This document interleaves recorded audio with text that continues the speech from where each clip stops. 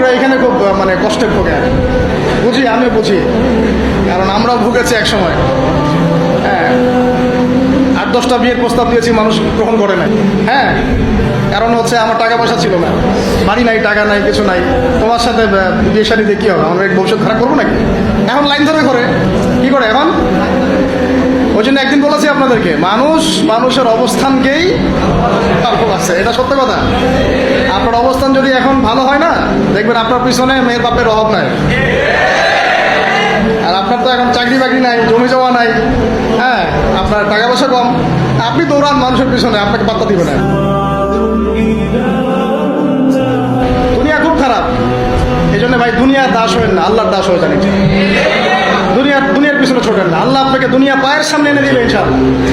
আপনি আল্লাহর হয়ে যান, দুনিয়া আল্লাহ পাক আপনাকে পায়ের সামনে এনে দিবে ইনশাআল্লাহ। তখন দুনিয়ার প্রতি আপনার মোহ কাজ করবে। সিরিয়াসলি বলছি, মোহ কাজ করবে। আল্লাহ আমাদেরকে সবাইকে পরকালের স্বার্থে কাজ করার তৌফিক দান।